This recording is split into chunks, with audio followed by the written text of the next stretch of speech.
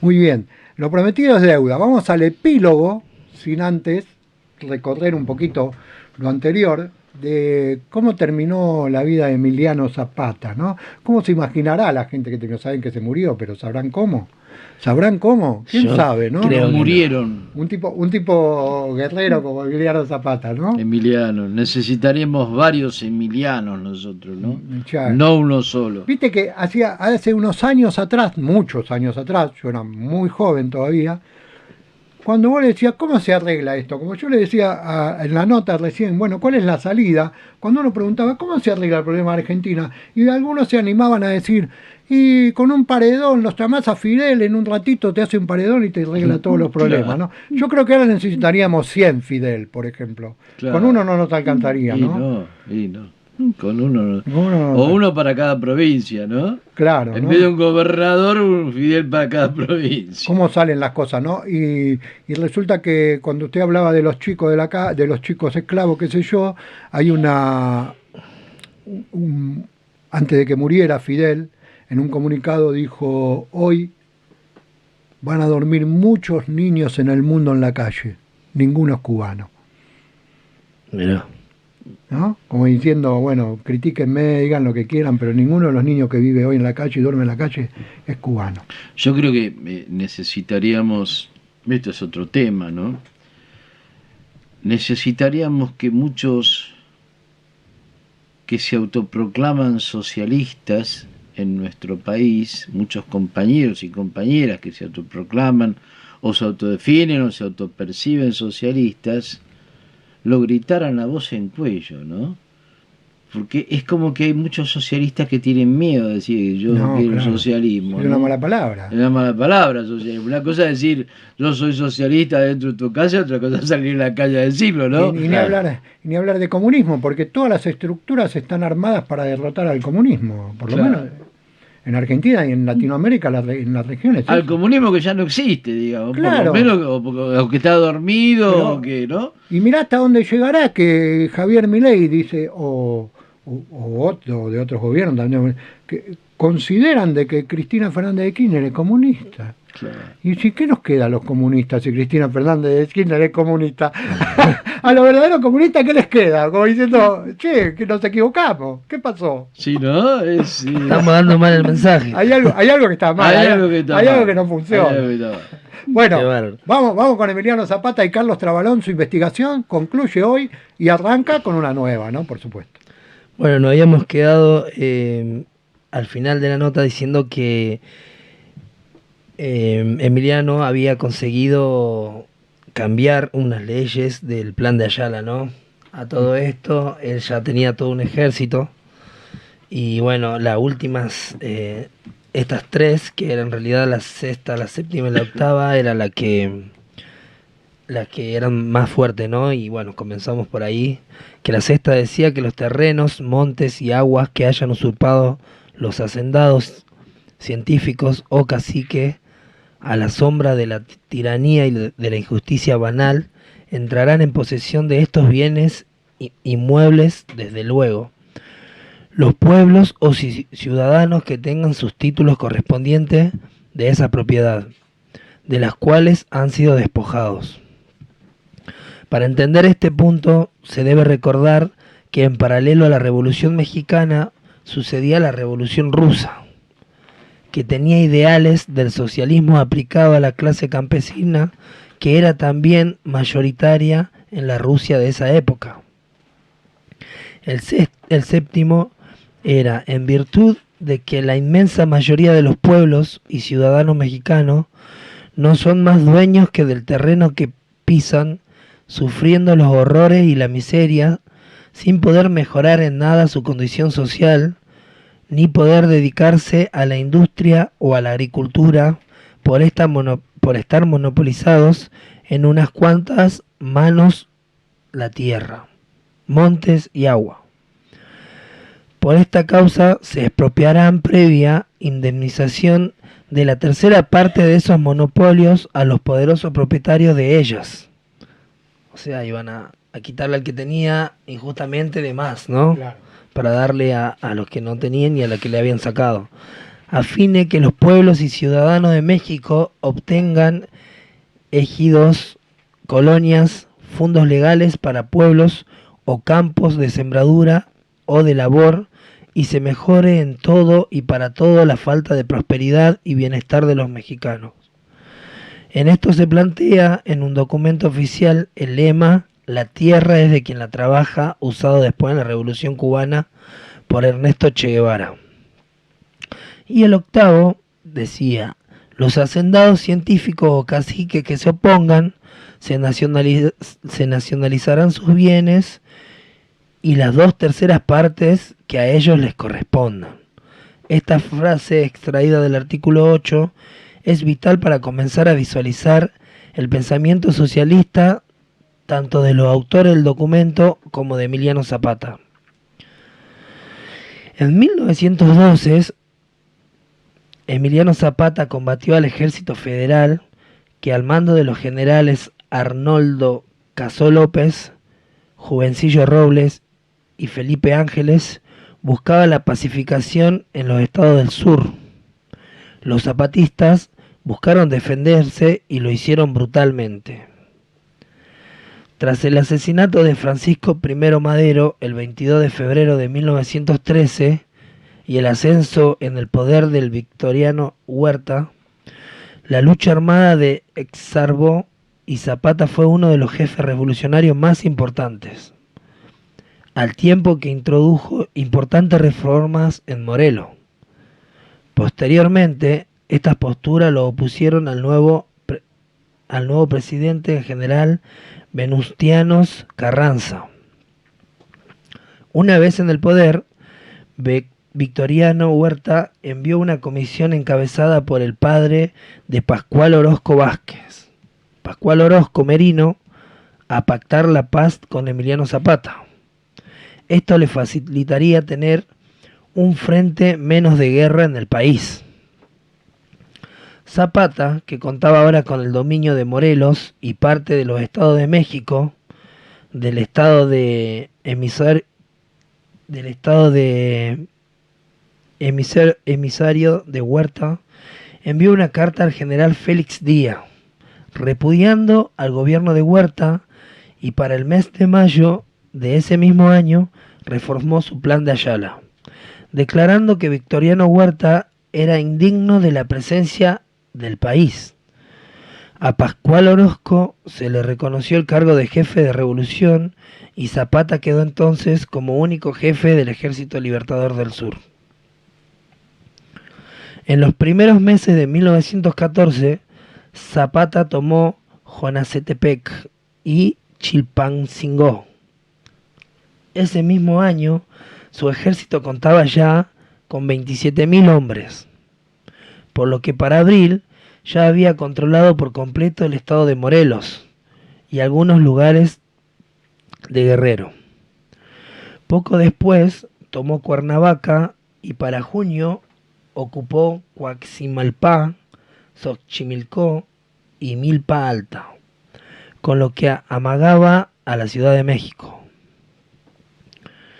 El mismo mes, Emiliano Zapata, desde su cuartel general de Cuernavaca, promulgó la entrega de tierras a los pueblos, invitando por varios delegados de la Convención de Aguascalientes, en la que 3 grupos más importantes que participaron en la Revolución Mexicana intentaron disminuir sus diferencias.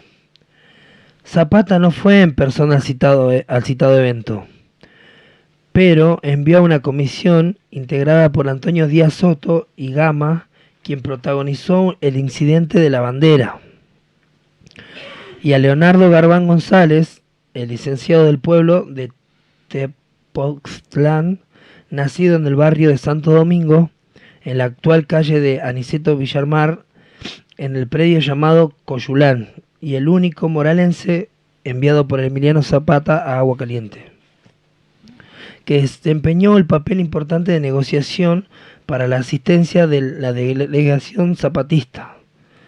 Negociación tanto con Luis Blanco que con el mismo general Francisco Pancho Villa, Paulino Martínez, Manuel J. Santibáez y Manuel Uriarte, quienes quedaron en calidad de observadores hasta que la convención optó por desconocer a Vesturiano Carranza. Así pues, Emiliano Zapata se unió con Francisco Villa y ambos reconocieron a Eulalio Gutiérrez como presidente previsional de México.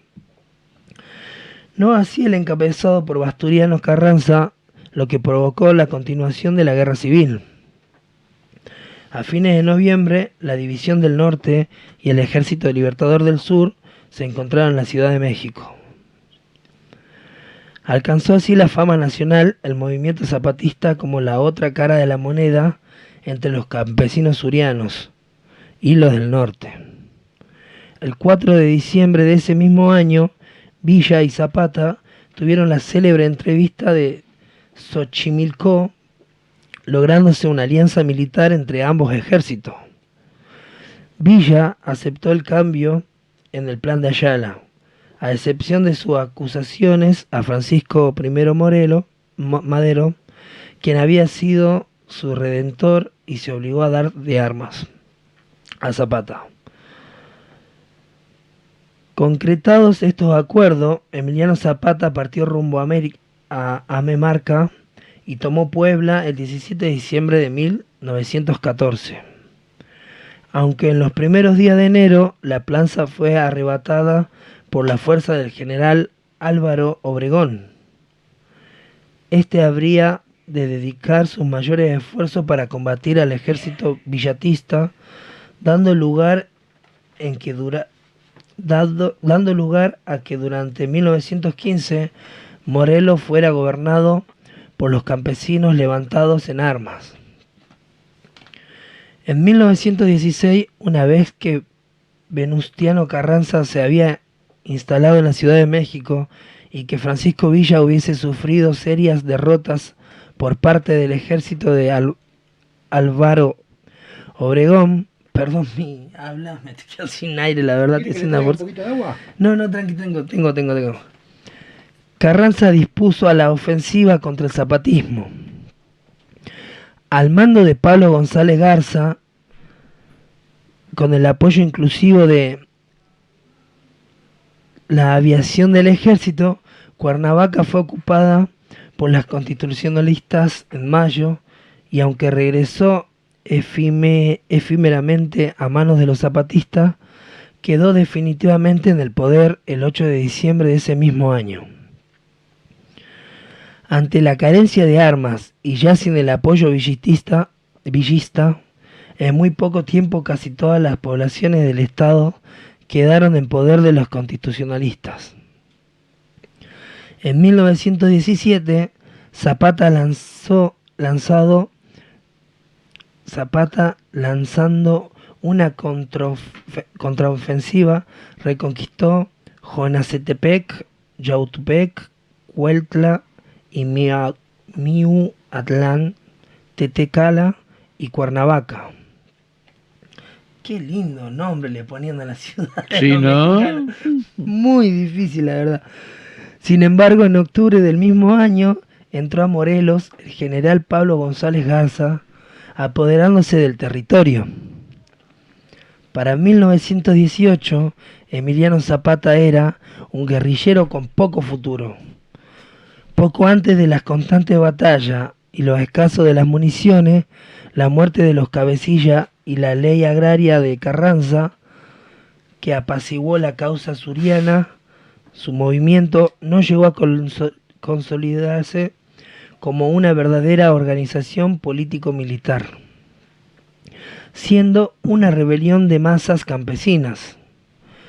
Se limitó a regresar su guerra de guerrillas a partir de ese mismo año, continuando así hasta su muerte en 1919. Voy a hacer una breve pausa para tomar agua. ¿Por dónde va? Estoy medio mareado. Acá el último. Bueno, y vamos a contar qué pasó realmente con Emiliano. La guerra por parte del gobierno tomó perfiles despiadados en el norte. El gonzalista Jesús Guajardo le hizo creer a Zapata que estaba descontento con Carranza y que estaría dispuesto a unirse a él. Zapata le pidió pruebas y Guajardo se las dio al fusilar aproximadamente a 50 soldados federales, con consentimiento de Carranza y de Pablo González Garza. Perdón, ¿se pusieron de acuerdo para fusilar a sus propios soldados? Y es que es re loco porque en la guerra tenés que usar estrategias de ese nivel como para ganar la guerra, ¿no? Tenés Mirá que lo ser valía la cabeza de Zapata, ¿no? No, impresionante, claro. claro. 50 Como tipos. si nada, Pero a 50 de los de ellos. tal ¿Entendés? cual. Para probarle al otro, vamos, estos está 50 variado. boludos que están ahí, vamos a matarlos para probarle al otro que estamos. Fue una estrategia de guerra. Imagínate, y claro, lo querían bajar. Y llegaron a su cometido, ¿no? Pablo González Garza y a ofrecerle a Zapata armamento y municiones para continuar su lucha. Estaba empedernido, él quería conquistar. Así acordaron reunirse en la hacienda y se acercó a la misma Así acordaron reunirse en la hacienda de Chinomeca, Morelos, el 10 de abril de 1919. Zapata acampó con sus fuerzas a la afuera de la hacienda y se acercó a la misma acompañada únicamente por una escolta de 10 hombres. Al cruzar el dintel,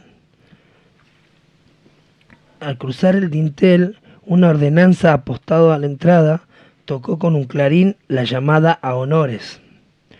Esa fue la señal para que los traidores, escondidos en las azoteas, abrieran fuego contra Zapata. Uy, yo me trago y le pongo una intriga a todo esto. Que alcanzó a sacar su pistola, pero un balazo se le tumbó. Después el caudillo cayó muerto. No pocos condenaron el procedimiento. Además de esto, dio lugar a que una vez muerto por más de 20 impactos de escopetas en el cuerpo, Zapata se convirtiera en el propagador de la revolución y símbolo de los campesinos desposeídos. El movimiento continuó, aunque ya con menos intensidad, y los zapatistas acordaron nombrar a Girardo Magaña Cerda jefe del Ejército Libertador del Sur. Él sería el último, pues casi un año después los antiguos compañeros de Zapata se integrarían al gobierno aguapristista, aunque algunos de ellos serían asesinados por el mismo gobierno. Y con eso concluimos la historia de Zapata. Nada tiene que ver, o me parece a mí, ¿no?, con el movimiento zapatista de hoy, ¿no? Que son todos unos muchachitos la mar de pacíficos y que andan ahí llamando a los turistas a que los conozcan. ¿Usted habla de la gente de Chiapas? La gente de Chiapas, o me equivoco. No, bueno, Chiapas es un estado ahí donde todavía dicen que la maneja el pueblo, la maneja la gente y que el gobierno ahí no se mete, ¿no? Como que tienen su propio ejército y demás, pero la gente de Chiapas se mueve libremente por todo México y alguien puede ir a Chiapas. Yo cuando estuve en México no llegué a Chiapas porque estaba muy lejos, yo estaba en Puebla y Chiapas quedaba como a 10 horas, 12 de ahí de donde yo estaba, ¿no? ¿Y las formas de producción de Chiapas en qué consiste? ¿No tenés idea? No conozco. Habría que investigar ese tema, ¿no? Bueno, hablando lo sucedido como en todas las historias, murió siendo traicionado. Obvio. Y este señor Guajardo fusiló a 50 hombres solo para engañarlo a Zapata, sí, claro. y llevarlo a su muerte. Es una cosa, ¿no?, de locos. Crece la figura del Che porque cuando el Che muere, no muere traicionado, sino muere por convicción, ¿no? Claro. El Che sabía que podía morir en Bolivia, sin embargo fue ahí, se levantó del sillón.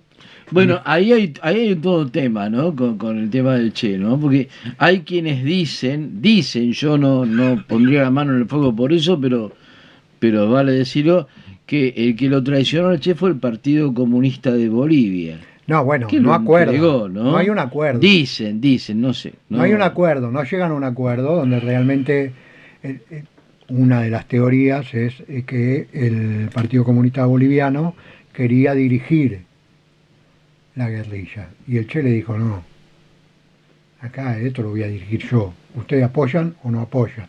Digamos, como, ¿no? Y entonces los tipos decidieron no apoyar. Hay una anécdota que está en uno de los libros del Che que dice, cuando el Che empieza con todos esos problemas de que no le llega la cantidad de gente que él esperaba tener, hay un desencuentro con otro brazo de la guerrilla y el Che reúne a la poca gente que tenía y le dijo, bueno, esta es la última vez, esta es la última oportunidad que ustedes tienen para irse. El que se quiera ir se puede ir, pero el que no lo hace ahora no lo va a poder hacer más, porque vamos a entrar en un momento donde ya no se van a poder ir. Y entonces el Che les dijo, yo les voy a decir una sola cosa. Yo ya estoy acá, y de acá me van a sacar con las patas para adelante. Ustedes hagan lo que quieran. ¿No? Entonces, esa poca gente que estaba con el Che, se quedó con el Che, hasta el último momento. ¿No? Impresionante. Como él sabía que lo que le podía pasar.